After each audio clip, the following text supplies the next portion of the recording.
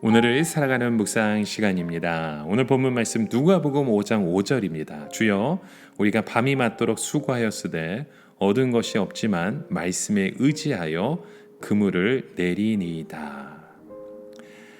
자, 우리가 요한복음의 말씀을 계속해서 묵상하고 있는데요. 자, 오늘 본문의 말씀은 누가복음 5장의 사건이 조금 더 구체적으로 표현되어 있기 때문에 우리가 함께 그 말씀을 좀 살펴보기 원합니다.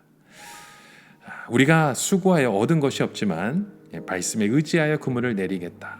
도대체 이 말씀이 무슨 뜻입니까? 이미 밤새도록 이 부근에서 그물을 던져 보았다는 것이죠. 그러나 어느 곳에서도 이 고기를 찾을 수가 없었다는 것입니다. 무엇보다도 베드로는요, 이 고기를 잡는 것에는 잔뼈가 굵은 사람이었습니다. 즉 고기 잡는 데 있어서 전문가인 거였죠. 그런데 예수님의 직업은 무엇이었습니까? 목수입니다. 목수가 고기를 잡는 데 알면 무엇을 얼마나 알겠습니까? 사실 그때 베드로는 예수님이 뭐라고 하시니까 기분이 조금 나빠지려고 하고 있었던 것 같습니다. 그러나 말씀을 듣고는 예수님에 대한 믿음이 조금 생겼기 때문에 억지로라도 순종을 택한 것처럼 보여집니다. 만약 베드로가 예수님의 말씀을 듣지 않았다라면 절대로 그물을 던질 리가 없는 것이죠. 그나마 말씀을 듣고 예수님에 대한 믿음이 생겨서 그물을 던지게 됩니다. 그런데 그 결과 그물이 찢어질 정도의 많은 고기 잡히게 됩니다. 베드로는 전문가인데 전문가가 밤새 한 마리도 잡지 못한 걸 예수님의 단 한마디의 말로 엄청나게 많은 고기를 잡은 것입니다. 이 절대로 이해하지 못하는 사건이 일어나게 된 거죠. 자기가 이 부분에 있어서는 최고라고 생각했는데 밤새 풀지 못했던 그 문제를 전문가가 아닌 한마디의 사람의 그 말을 통해서 해결되는 그 순간 완전히 자신의 손을 들 수밖에 없는 것이죠.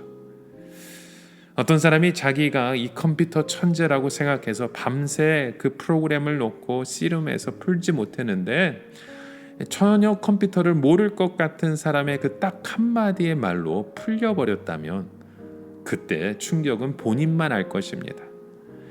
여러분, 우리는요, 이 세상에서 내가 전문가라고 생각하며 살아갈 때가 참 많습니다.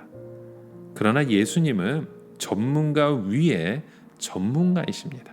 그 전문가가 아무리 머리를 싸매고 애를 써서 풀지 못하는 것을 예수님은 단 한마디의 말로 푸실 수 있는 분입니다. 그러니까 제자들은 자기들이 고기를 잡으러 배를 빌리고 그물을 빌린 것이 아니라 예수님이 나타나셔서 말씀하시는 것만 들으면 되는 것입니다.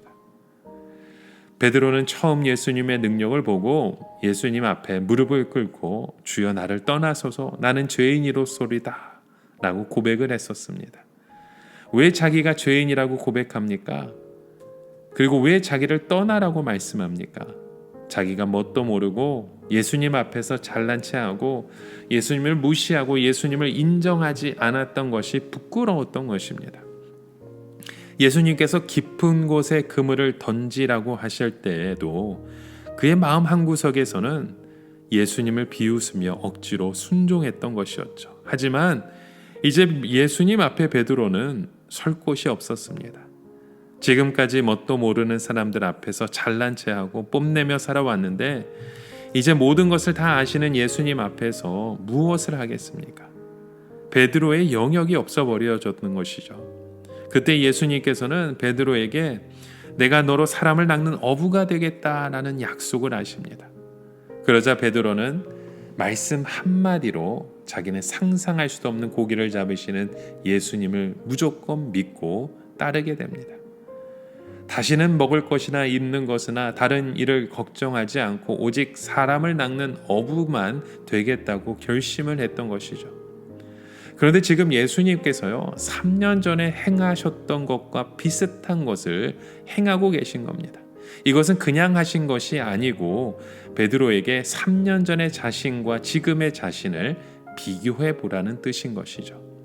즉 예수님은 아무 말씀도 하지 않고 3년 전에 행하셨던 기적을 다시 행하심으로 베드로가 3년 전에 처음 주님을 만났을 때 가졌던 생각, 그리고 그 열정과 지금 그가 염려하고 걱정하고 있는 것들을 비교해 보라는 뜻인 것입니다. 베드로는 그런 예수님의 능력을 보고 모든 염려를 버리고 예수님을 따른 것이죠. 그가 3년 전에 했던 그 모습이 바로 그 기적이었습니다. 그리고 예수님이 죽으셨다가 살아나시는 것을 보았습니다. 2번이나 체험했습니다.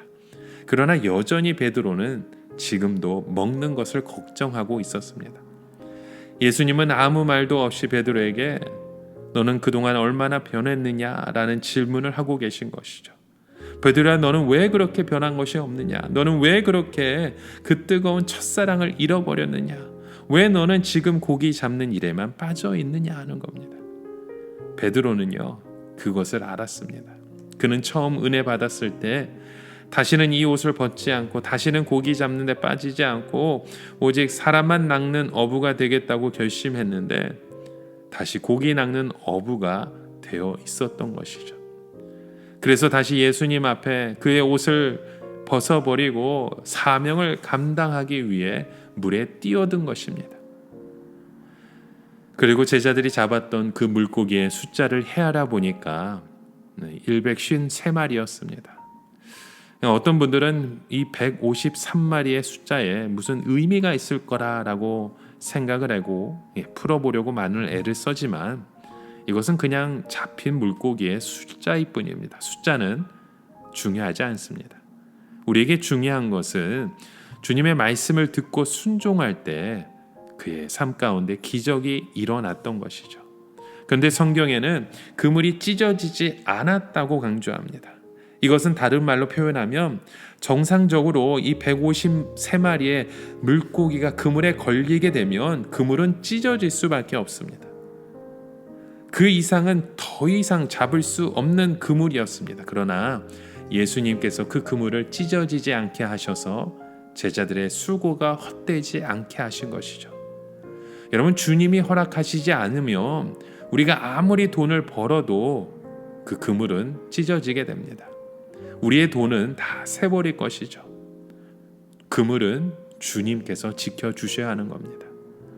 여러분, 오늘 우리의 그 모든 생각과 계획을 중단하고 이제는 주님의 그 음성 속에 순종함을 통해 오늘 우리의 삶에도 153마리의 그 물고기가 잡히는 기적이 일어나길 주님의 이름으로 간절히 축원합니다. 함께 기도합니다. 하나님 아버지, 오늘 우리의 삶 가운데 그 동일한 그 기적이 우리의 삶을 통해 이루어지고 세워지게 간절히 소망합니다. 무엇보다도 우리의 삶의 모든 목적이 나를 위한 것이 아니라 예수님의 영광을 위한 삶의 걸음으로, 우리의 행함으로, 우리의 입술의 고백으로 하나님 인도하시고 채워 주시옵소서. 예수 그리스도의 이름으로 간절히 기도드립니다. 아멘.